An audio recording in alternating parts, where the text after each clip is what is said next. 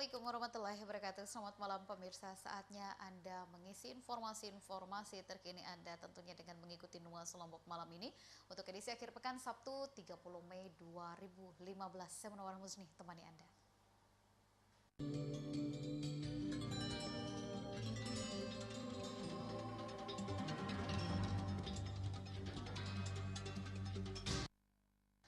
Pesawat latih milik Sekolah Penerbangan PT Lombok Institute Flight Technology yang diduga jenis Liberty XL2 Jumat sore kemarin mendarat secara darurat di Bandara Selaparang, Mataram.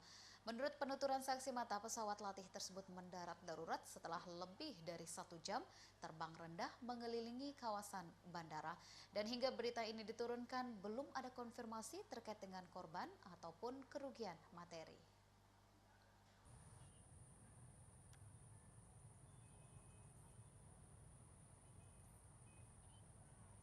Inilah situasi terkini sesaat setelah pesawat latih jenis Liberty XL2 yang diduga milik Sekolah Penerbangan PT Lombok Institute Flight Technology jam 5 sore tadi. Dari jauh terlihat kerumunan orang di runway Bandara Selaparang itu. Mobil pemadam kebakaran juga terlihat hilir mudik di tengah kerumunan.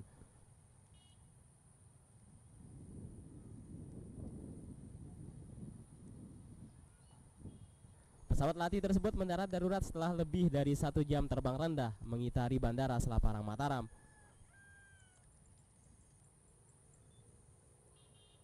Menurut saksi mata, roda pesawat latih itu terlepas sehingga tidak mampu mendarat dengan sempurna. Ya, Gimana tadi ceritanya Mas yang sudah saksikan tadi? yang saya saksikan tadi pesawatnya nggak bisa landing itu karena roda pesawatnya nggak ada gitu. Terus dia muter-muter di atas. Muter-muter di atas kayaknya dia ngabisin fullnya bahan bakarnya dulu. Berapa lama ya? Ada Sudah kira-kira ada 1 jaman mas. 1 jam muter. Ya saya lihat tadi dari jalan baru itu sampai sini Berapa ketinggiannya kira-kira? rendah bisa kita lihat. Oh, iya. Bisa kita lihat ban depannya lepas itu. Dari Terus? sini rendah. Landingnya sudah lihat juga tadi. Landingnya ya kita lihat dari posisi sebelah sini, mungkin percikan apinya nggak terlalu besar, mungkin dia landingnya di tanah kayak gitu. Udah dia Iya, sempat langsung terperosok lari. itu. Ya, Nggak terperosok ke tanah pesawat atau apa? enggak kayaknya di dalam area bandara ini. Pihak Sekolah Penerbangan yang dikonfirmasi media ini tidak memberikan keterangan apapun.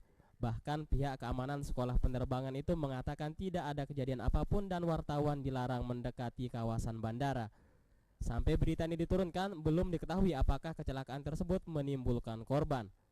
Menurut catatan media ini, Sekolah Penerbangan yang bermarkas di eks Bandara Selaparang itu telah 2 kali mengalami kecelakaan. Sebelumnya pesawat latih jenis yang sama juga kehilangan kontak saat terbang di atas perairan Pulau Moyo. Hingga saat ini pesawat latih yang hilang di Pulau Moyo itu belum ditemukan. Sahdan, Ruhaili, Lombok TV, Mataram.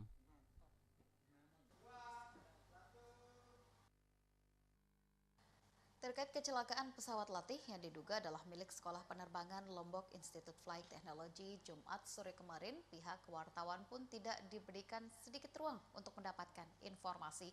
Baik korban ataupun kerugian pun masih belum bisa diketahui.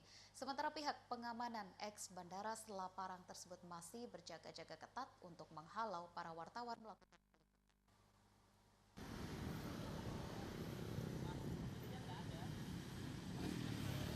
Masih belum ada informasi tambahan yang bisa diupdate terkait kecelakaan pesawat latih jenis Liberty XL2 yang mendarat darurat di luar runway Bandara Selaparang Jumat sore kemarin.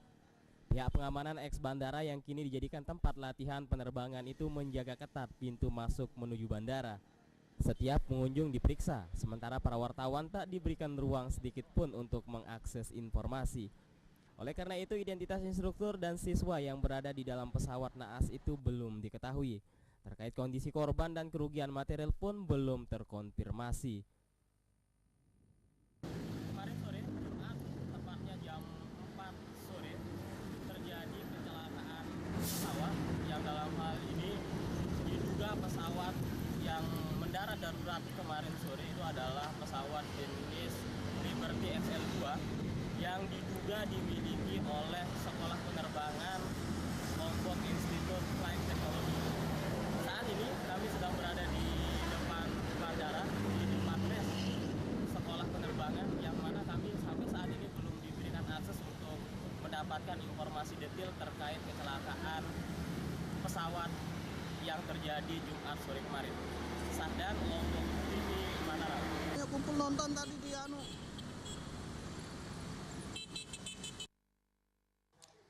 Ya, pemirsa, pesawat Liberty XL2 yang merupakan pesawat yang tentunya dirancang khusus untuk latihan penerbangan, di mana pesawat tersebut memiliki 2 kursi dengan sayap rendah. Liberty XL2 diproduksi oleh Liberty Aerospace dari Melbourne, Florida untuk peran transportasi pribadi, tur, dan juga pelatihan penerbangan. Inilah pesawat latih jenis Liberty XL2 yang kerap digunakan Sekolah Penerbangan Lombok Institute Flight Technology Mataram untuk melatih peserta didiknya menerbangkan pesawat.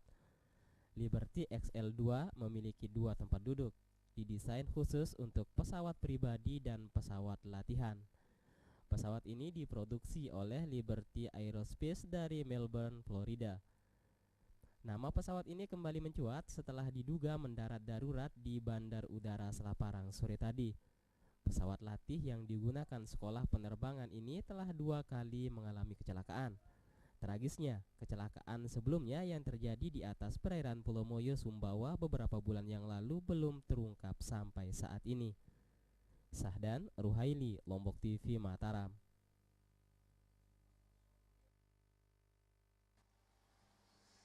Di sisi lain, keberadaan gedung sekolah penerbangan lift yang terdapat di Bandara Selaparang ditengarai tanpa mengantongi izin. Dugaan tersebut muncul setelah pemerintah Kota Mataram menyatakan belum pernah sama sekali memproses perubahan izin pemanfaatan gedung yang diajukan oleh pengelola sekolah penerbangan tersebut.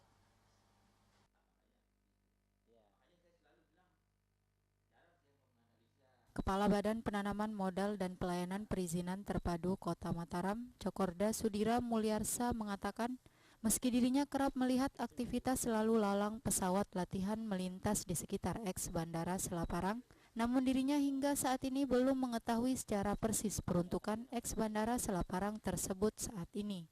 Terlebih hingga saat ini pihaknya selaku pemberi pelayanan izin belum pernah merasa telah memproses izin yang diajukan oleh pihak pengelola Bandara Selaparang maupun pengelola sekolah penerbangan yang dikabarkan beroperasi di tempat tersebut.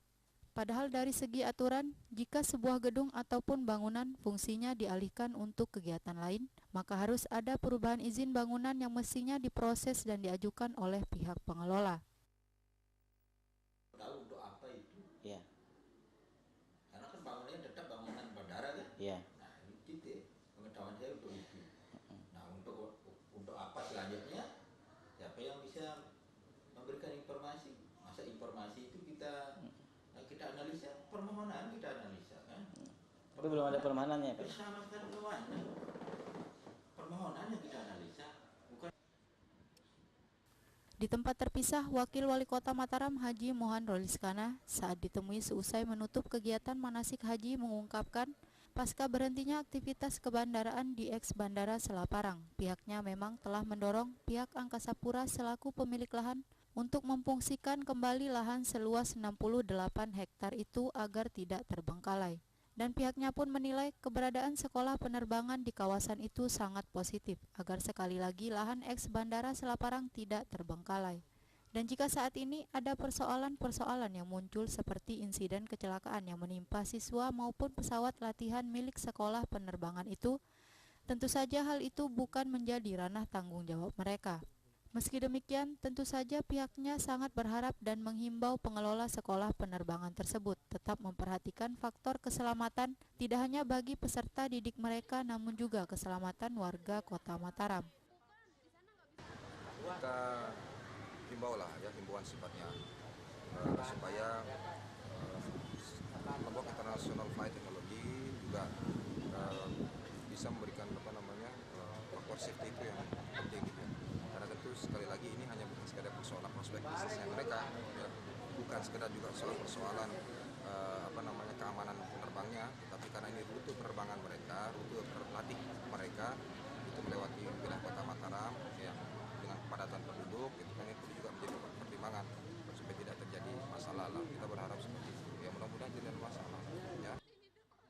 Sementara saat disinggung terkait masih adanya beberapa izin yang belum dilengkapi oleh pihak pengelola, Haji Mohan dengan tegas meminta pihak Angkasa Pura ataupun pengelola sekolah penerbangan tersebut segera memproses izin-izin apa saja yang wajib mereka penuhi. Irham Rasidi, Lombok TV, Mataram. Tetaplah bersama kami saat lagi karena Nuansa Lombok masih akan terus menghadirkan informasi-informasi menarik untuk Anda di akhir pekan malam ini. Di antaranya adalah terkait dengan Polsek Labu Api yang berhasil mengamankan pelaku jambret.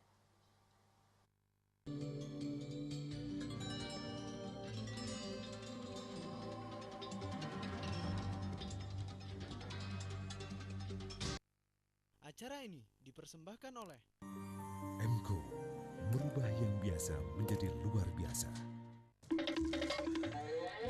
Wah, rajin olahraga ya Pak. Sudah daftar BPJS Kesehatan belum? Saya kan masih sehat dan bugar. Sakit itu bisa datang setiap saat loh Pak. Pak. Suster, kalau sekarang saya daftar BPJS Kesehatan, apa bisa langsung dijamin pembiayaannya? Tidak bisa Pak. Perlu waktu 14 hari sebelum Bapak memanfaatkannya.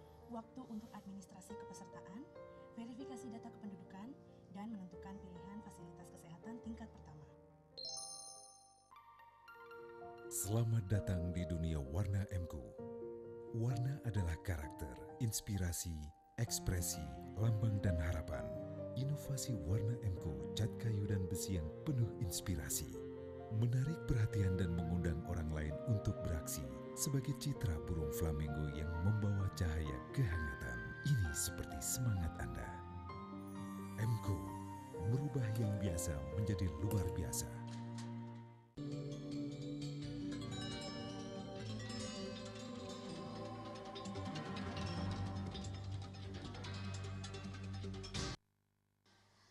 Nuansa Lombok kembali hadir untuk Anda malam ini dengan informasi terkini terkait dengan kepolisian sektor Labu Api yang berhasil mengamankan seorang pelaku penjambretan dari amuk massa. Pelaku inisial AH diamankan ke Mapolsek Labu Api setelah sempat dikejar massa sesaat setelah menjambret korbannya yang masih berada di atas kendaraan. Ikut diamankan bersama pelaku adalah kendaraan roda 2 dan juga handphone milik pelaku. Sementara pihak kepolisian masih melakukan pengejaran terhadap rekan pelaku dengan inisial H, M, dan juga S.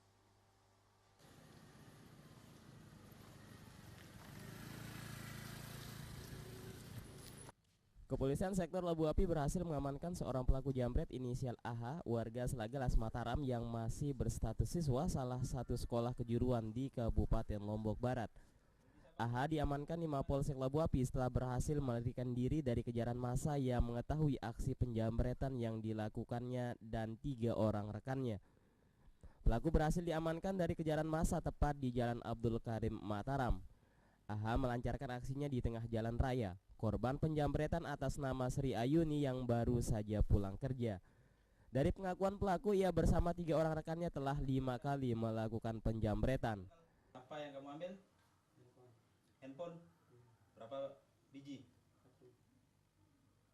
Kapan? Jam berapa? Jam 7? Jam 7 malam? Terus setelah kamu ngambil? Bawa kemana? Kamu lari ke sana? Ke arah Lentang Lekong? Terus? Korban mengikuti dari belakang? Sementara itu Kapolsek Labu Api yang dimintai keterangan membenarkan tangkapan pihaknya itu. Sebelum diamankan ke Mapolsek, pelaku diamankan di Mapolsek Cakranegara.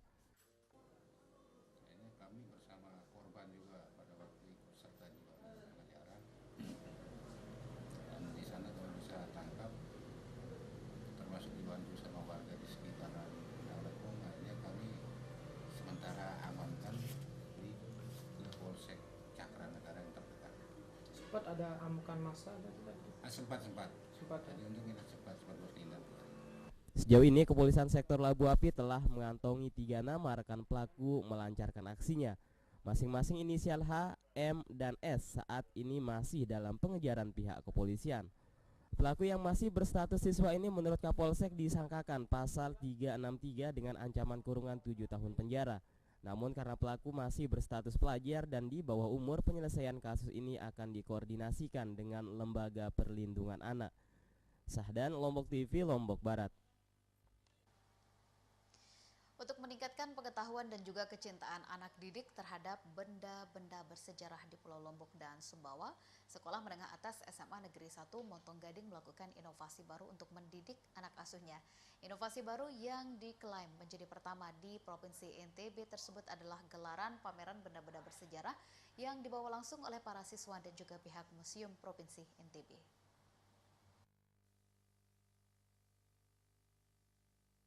Jika biasanya para siswa hanya diajak berkunjung datang ke museum untuk melihat dan mengenal benda-benda bersejarah, namun berbeda yang dilakukan oleh Kepala Sekolah SMA 1 Montong Gading Kabupaten Lombok Timur yang berani menciptakan inovasi baru untuk meningkatkan pengetahuan dan kecintaan siswa terhadap benda-benda bersejarah peninggalan nenek moyang orang Lombok asli dengan menggelar pameran langsung di sekolah.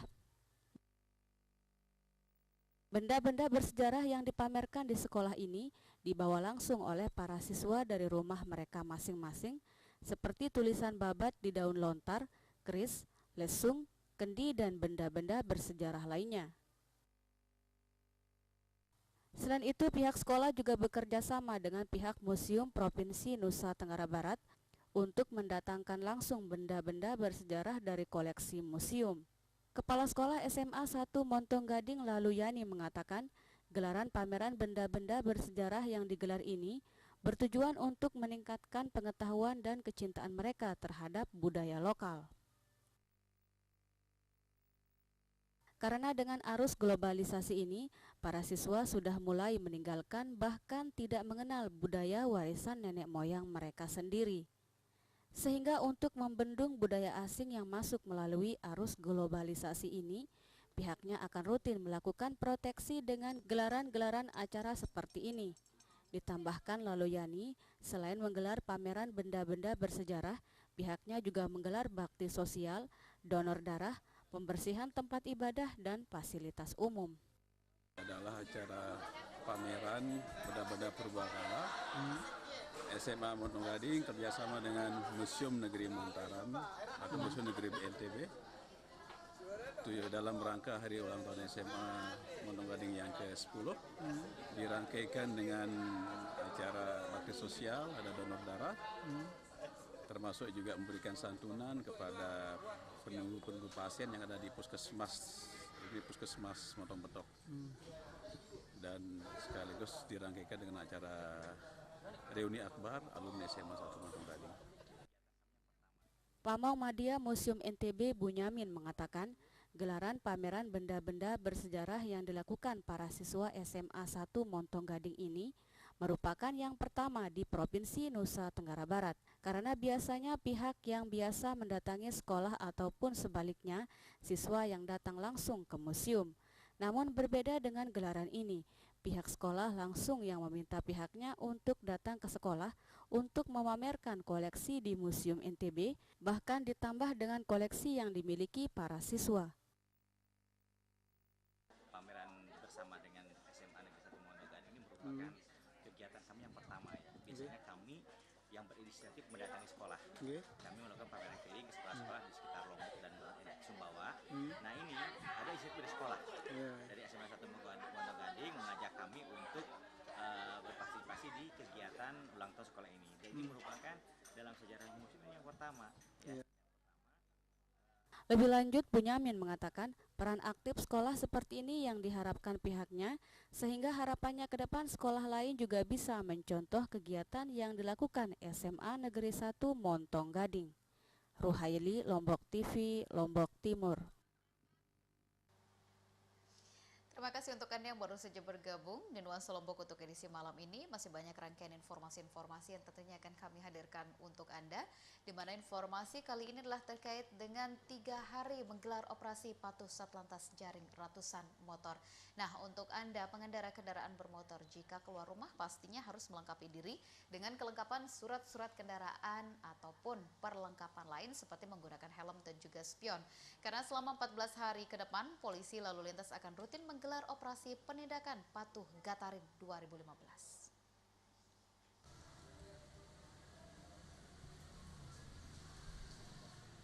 Demi ketertiban dan keselamatan para pengendara, Satuan Lalu Lintas Polres Kota Mataram tidak mau kalah peran dalam menggelar operasi Patuh Gatarin. Operasi pun rutin digelar demi menurunkan angka kecelakaan pada pengendara selama 14 hari ke depan. Tidak tanggung-tanggung dalam sehari, Satlantas Polres Kota Mataram menggelar operasi penindakan sebanyak 9 kali dalam sehari dengan melibatkan Polantas di Polsek jajaran. Operasi pun digelar tanpa mengenal waktu, yaitu mulai dari pagi, siang, sore hingga malam hari dengan titik-titik operasi tersebar di seluruh wilayah hukum Polres Kota Mataram. Kasat Lantas Polres Kota Mataram Dodi Hartono mengatakan baru 3 hari operasi digelar, pihaknya mencatat sudah hampir 500 pengendara yang berhasil ditindak dengan tilang. Tercatat di hari pertama sebanyak 182 pengendara, hari kedua 104 dan di hari ketiga sebanyak 220 pengendara. Ditambahkan Dodi, mayoritas pengendara yang terjaring karena pelanggaran kasat mata yaitu tidak mengenakan helm, spion maupun kelengkapan surat kendaraan. Ya, jadi Polres melaksanakan 3 kali, pagi, sore maupun malam hari. Polsek dibagi 2 rayon, masing-masing melaksanakan pagi, sore dan malam hari juga. Malam, siang, waktu 9 kali sehari. Ya. Seluruh polsek selama 14 hari itu. Selama 14 hari. Memang ini juga sebenarnya programnya rahasia secara rutin sudah kita laksanakan, cuma sekarang yang kita arahkan untuk sasarannya. Yang kemarin kan mungkin ke arah Pekat, ke arah 3C. Nah, sekarang kita titik beratkan masalah operasi patuh ini. Lebih lanjut, Dodi Hartono mengatakan banyaknya pengendara yang terjaring karena kurangnya kesadaran masyarakat dalam menaati rambu-rambu lalu lintas, sehingga membuat pihaknya dan jajaran harus bekerja keras. Demi menekan angka tersebut, pihaknya kemudian gencar melakukan operasi, bahkan ke depannya pihaknya akan mengajak pihak dari polisi militer, Dishub dan Dinas Pendapatan untuk bergabung dalam menggelar operasi penindakan. Ruhaili, Lombok TV, Mataram. Di 3 hari menggelar operasi penindakan Patuh Gatarin ini saja, Satuan Lalu Lintas Kepolisian Kota Mataram ternyata sudah berhasil menindak dengan tilang sedikitnya 500 pengendara bermotor.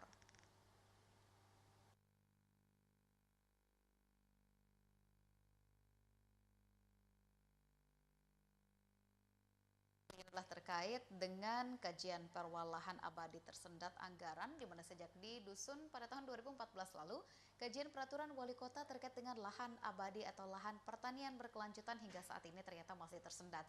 Nah, tersendatnya perwal tersebut disebabkan oleh anggaran kajian terhadap perwal tersebut masih belum dicairkan oleh Bapeda Kota Mataram. Peraturan wali kota yang telah disusun sejak tahun 2014 lalu oleh pemerintah Kota Mataram terkait kajian lahan abadi atau lahan pertanian berkelanjutan sampai saat ini masih belum ada tanda-tanda akan segera disahkan atau diberlakukan. Tersendatnya proses pengkajian ini menurut Kepala Dinas Pertanian, Kelautan dan Perikanan Kota Mataram, Mutawali, disebabkan anggaran kajian perwal itu masih belum dicairkan oleh Bapeda Kota Mataram. Ternyata kreditnya itu katanya hubungan mekanisme pencairan anggarannya di Bapeda. Nah itu menurut. Jadi sebelum ada anggaran mungkin dari Pemprov belum bisa bekerja. Ada dua persepsi. Bapeda mengatakan harus jadi dulu barangnya baru ada uang, kan sistem pemerintahan. Nah, Unra mengatakan uang. Nah sebaliknya. Jadi mereka wah. Ya, saat ini draft aturan tersebut sedang dalam proses pengkajian oleh akademisi Fakultas Pertanian Universitas Mataram. Tersendatnya proses kajian aturan itu dikhawatirkan akan berdampak pada semakin berkurangnya lahan pertanian produktif di Kota Mataram akibat alih fungsi lahan pertanian menjadi perumahan. Sebab sejak tahun 2015 ini sebanyak 34 hektar lahan persawahan di Kota Mataram dialih fungsikan menjadi bangunan. Dikhawatirkan jumlah ini akan bertambah sampai akhir tahun 2015 ini. Pada tahun 2014, Dinas Pertanian mencatat luas lahan pertanian yang hilang sebanyak 38 hektar. Sementara untuk lahan produktif Kota Mataram berjumlah 2.093 hektar mengalami pengurangan sekitar 34 hektar menjadi 2.059 hektar. Pengurangan ini lebih banyak dilakukan di daerah Sekarbele, khususnya di Lingkar Selatan. Sementara itu, Mutawalli berharap peraturan wali kota itu dapat segera disahkan pada tahun 2015 ini. Lulu, Lombok TV, Mataram. Wakil Wali Kota Mataram Haji Mohan Roliskana menutup pelaksanaan manasik haji gratis yang digelar oleh Pemkot Mataram bekerja sama dengan Ikatan Persaudaraan Haji Indonesia Kota Mataram Sabtu pagi tadi di Asrama Haji. Sementara itu, Kementerian Agama Republik Indonesia Wilayah Kota Mataram memastikan jika ongkos naik haji tahun 2015 ini jauh lebih rendah jika dibandingkan dengan biaya haji tahun sebelumnya.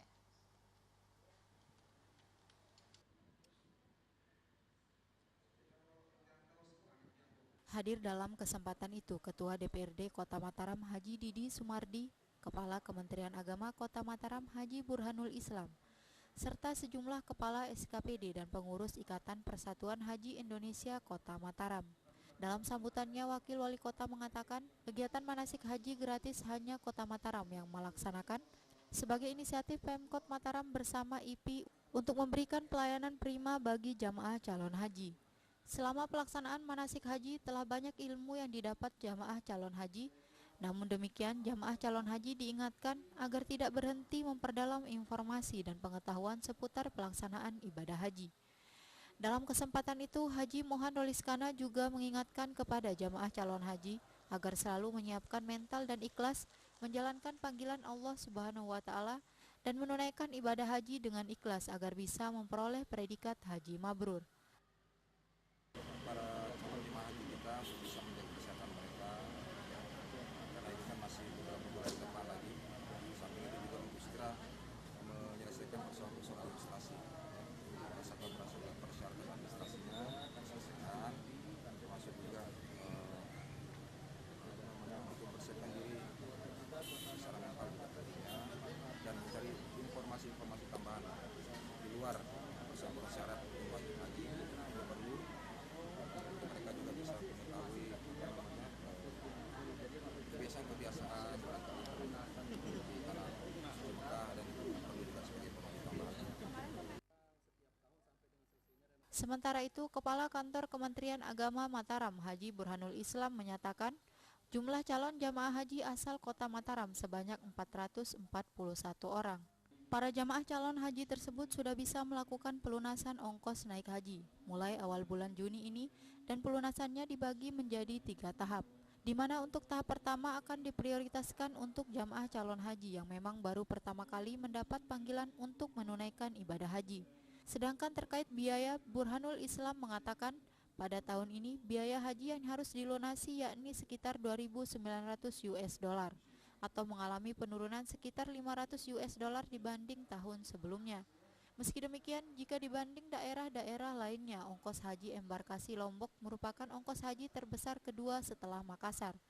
Dirinya pun menilai cukup mahalnya ongkos haji tersebut disebabkan karena faktor biaya transportasi di NTB jauh lebih mahal dibanding daerah lainnya. Berbicara masalah urut-urutan dari sisi biaya ini, nah rupanya di sini ada pertimbangan. Kalau menurut kita ya, hemat kita, pertimbangan dari sisi transportasi. Kalau kita lihat kuota BPIH rata-rata nasional yang 2.717 US dollar itu rata-rata nasional. Tapi sekarang berdasarkan embarkasi masing-masing itu ada tambahan-tambahan untuk biaya penerbangan sepertinya. Hanya mungkin di penerbangannya ya. Bimbingan manasik haji gratis yang diikuti oleh 441 jamaah calon haji ini telah berlangsung dari tanggal 2 sampai 30 Mei 2015 dan dipusatkan di 4 masjid yakni Masjid Baitus Salam Polda untuk jamaah calon haji dari Kecamatan Ampenan, Masjid Al-A'la Karangpule untuk jamaah calon haji asal Kecamatan Sekarbele, Masjid Nurul Yakin Karangbaru untuk jamaah calon haji asal Kecamatan Mataram dan Salaparang, dan Masjid Al-Muttaqin untuk jamaah calon haji asal Kecamatan Sandubaya dan Cakranegara. Bimbingan diberikan berupa teori dan praktik dalam 8 kali pertemuan, diakhiri praktik lengkap di asrama haji pada 30 Mei. Irham Rashidi, Lulu, Lombok TV, Mataram. Sesuai dengan peraturan perundang-undangan yang berlaku di Indonesia, setiap perusahaan tambang yang melakukan eksplorasi diwajibkan untuk mereklamasi areal kawasan bekas tambang. Seperti halnya dilakukan oleh PT Newmont Minahasa Raya di Kabupaten Minahasa Tenggara, Provinsi Sulawesi Utara. Memperoleh nilai 93 dari 100 atas keberhasilan reklamasi eks-areal tambang PT Newmont di Minahasa diusulkan menjadi kebun raya.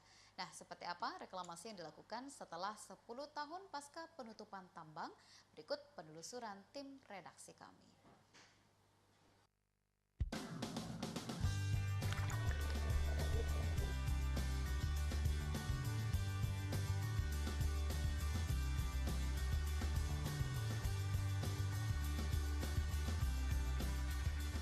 Setelah berkendara lebih dari 3 jam dengan menggunakan transportasi darat, akhirnya tibalah saya di sebuah pantai yang elok, tepatnya di Pantai Buyat, Kecamatan Ratatotok, Kabupaten Minahasa Tenggara, Provinsi Sulawesi Utara.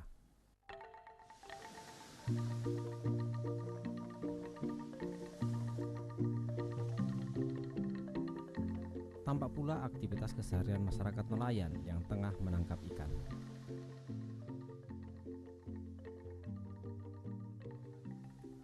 Saya pun jadi penasaran untuk melihat jenis ikan apa yang ditangkap nelayan-nelayan ini.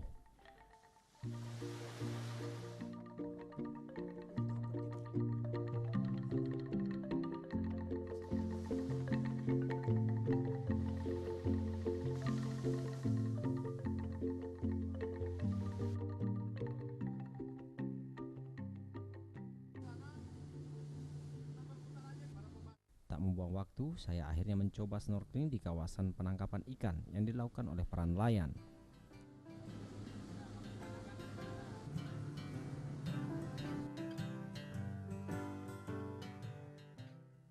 Beragam jenis ikan dan beraneka warna terumbu karang pun memanjakan mata. Siapa sangka terumbu-terumbu karang yang memikat aneka jenis ikan ini adalah salah satu reklamasi bawah laut yang dilakukan oleh PT Newmont Minahasa Raya yang dulu beroperasi menambang emas tak jauh dari lokasi ini.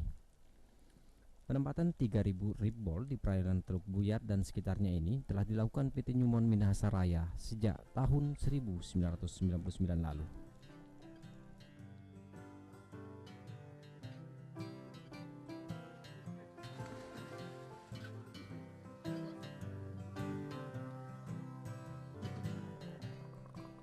Penempatan ribball ini bertujuan untuk membangun habitat berbagi biota yang berasosiasi dengan karang sehingga dapat meningkatkan populasi ikan ekonomis.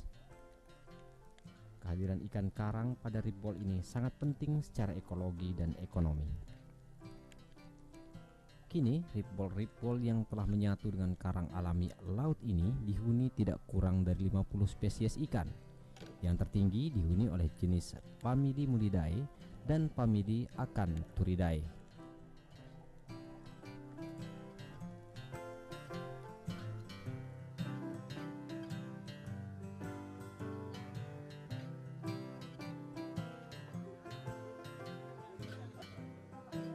Usai melihat perairan, kini saya pun penasaran seperti apa areal eks tambang PT Newmont Minahasa Raya.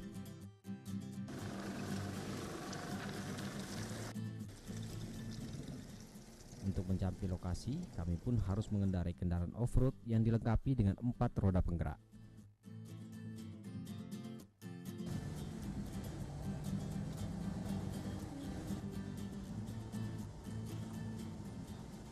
Usai perjalanan yang cukup menguji adrenalin, akhirnya tibalah saya di tengah hutan yang rimbun dengan berbagai jenis pohon yang menjulang tinggi. Di lahan seluas 2.400 hektar yang telah direklamasi, telah tumbuh 2.600.000 pepohonan yang terdiri dari berbagai jenis pohon yang bermanfaat secara ekonomi dan ekologi, seperti mahoni, jati, dan nantu, serta buah-buahan seperti nangka, jambu mente, dan durian yang ditanam dengan sistem multi-purpose tree species.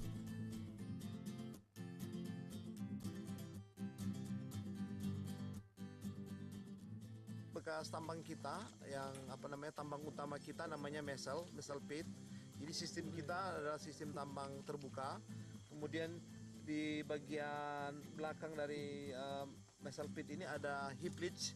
Nah, di belakangnya heap leach itu bekas pabrik kita yang sekarang sudah tidak ada lagi. kemudian bagian kiri dari heap leach itu ada rompet kita yang dulu, ada crusher di sebelahnya, kemudian ada main office-nya yang sekarang sudah tidak ada lagi, yang hanya ada pohon-pohon saja. Nah, jadi ini bisa saya katakan kalau orang tidak pernah datang ke sini, mereka tidak akan pernah tahu kalau ini bekas tambang. Karena kalau seperti yang Bapak-bapak saksikan tadi dari jalan, itu sudah tidak ada lagi bekas pabriknya, bekas kantornya, hanya ada pohon-pohonnya saja. Jadi sebenarnya yang orang mengenal ini tambang, ini karena ada lubang tambangnya ini yang sisa. Tapi kalaupun orang tidak mengenal tambang, ini kayak mereka pikir wah danau buatan ini, gitu aja.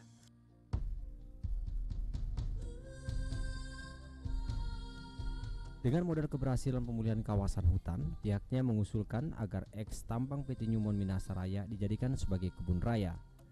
Jerry menegaskan, pasca penutupan tambang tahun 2004 lalu, pihaknya tak hanya fokus memulihkan kondisi alam eks tambang, namun pihak PT NMR juga telah membangun sejumlah fasilitas yang diperuntukkan bagi masyarakat, seperti rumah sakit, sarana pendidikan, dan berbagai sarana penunjang kepariwisataan untuk memberi dampak ekonomi kepada masyarakat.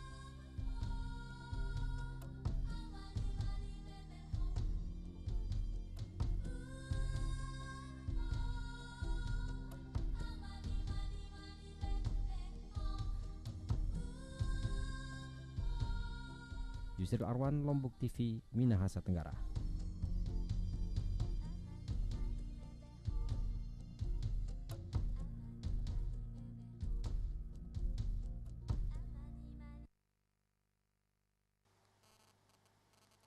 Informasi menarik tadi menutup jumpa kita di Nuansa Lombok untuk edisi akhir pekan malam ini Sabtu 30 Mei 2015. Terima kasih Anda telah bersama kami. Dan kini saatnya saya Munawwarah Musni pamit undur. Wassalamualaikum warahmatullahi wabarakatuh. Selamat malam dan selamat berakhir pekan.